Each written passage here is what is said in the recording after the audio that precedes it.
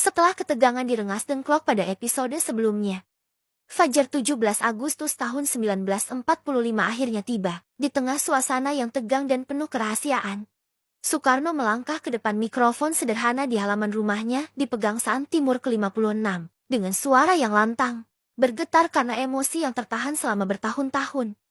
Ia membacakan sebuah naskah yang sangat sederhana, namun memiliki makna yang tak terhingga. Kami bangsa Indonesia dengan ini menjatakan kemerdekaan Indonesia. Sebuah pengakuan berdaulat yang telah diperjuangkan dengan darah dan air mata selama ratusan tahun, kini menjadi nyata. Bendera merah putih, jahitan tangan Ibu Fatmawati, berkibar untuk pertama kalinya. Air mata haru tumpah, sorak-sorai kegembiraan rakyat meledak di udara. Kemerdekaan ini bukan hadiah, tapi hasil perjuangan yang direbut dengan gagah berani. Namun, tantangan terberat baru saja dimulai. Tak lama setelah proklamasi, berita ini menyebar ke seluruh pelosok negeri, melalui siaran radio yang disiarkan sembunyi-sembunyi.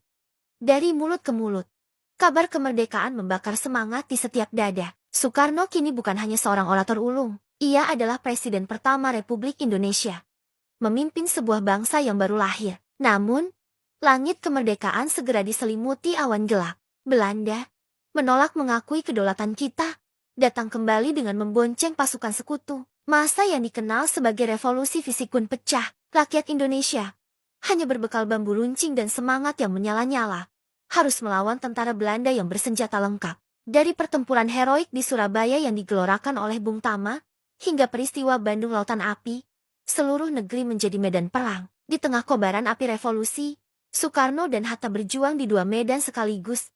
Medan perang yang diisi oleh para pemuda pemberani, dan medan diplomasi. Bernegosiasi di meja perundingan sambil memastikan negara yang baru lahir ini tetap utuh. Puncak krisis terjadi saat agresi militer Belanda kedua. Ibu kota sementara di Yogyakarta jatuh. Soekarno dan Hatta ditangkap dan diasingkan kembali.